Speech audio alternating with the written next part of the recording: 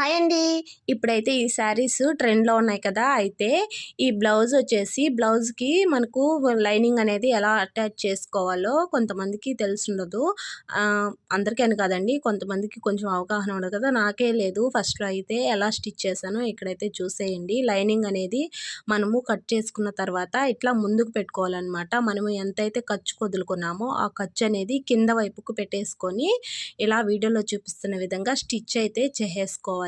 దాని మీదే మనకు ఆ స్టోన్స్ అనేటివి మనకైతే అదే మనకు సూది కింద అయితే పడట్లేదండి. నేనైతే ఇలా స్టిచ్ చేసేసుకున్నాను. ఇలా నీట్‌గా వస్తుందనమాట.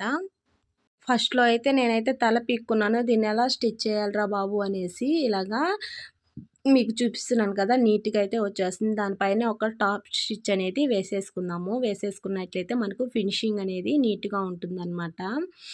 పైనే వేసేసుకుంటాను. దాని మీదే వేసేసుకున్నాను. ఇలా కట్ చేసుకున్న తర్వాత మనకు ఎక్స్‌ట్రా క్లాత్ మొత్తము కట్ చేసేసుకున్నాను. చూసారు కదా! ఎంత బాగా వచ్చిందో ఇలా వస్తుందనమాట. ఎక్స్‌ట్రా క్లాత్ మొత్తం కట్ చేసేసుకొని నేనైతే గమ్ పెట్టి అంటించేసుకుంటాను.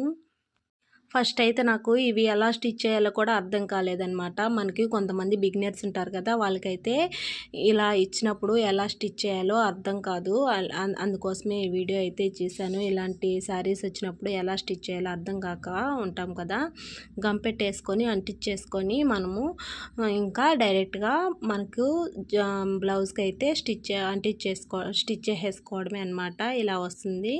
మనకు ఫినిషింగ్ కూడా చాలా నీట్‌గా ఉంటుంది. వీడియో నచ్చినట్లయితే ఒక చిన్న లైక్ ఇచ్చేయండి.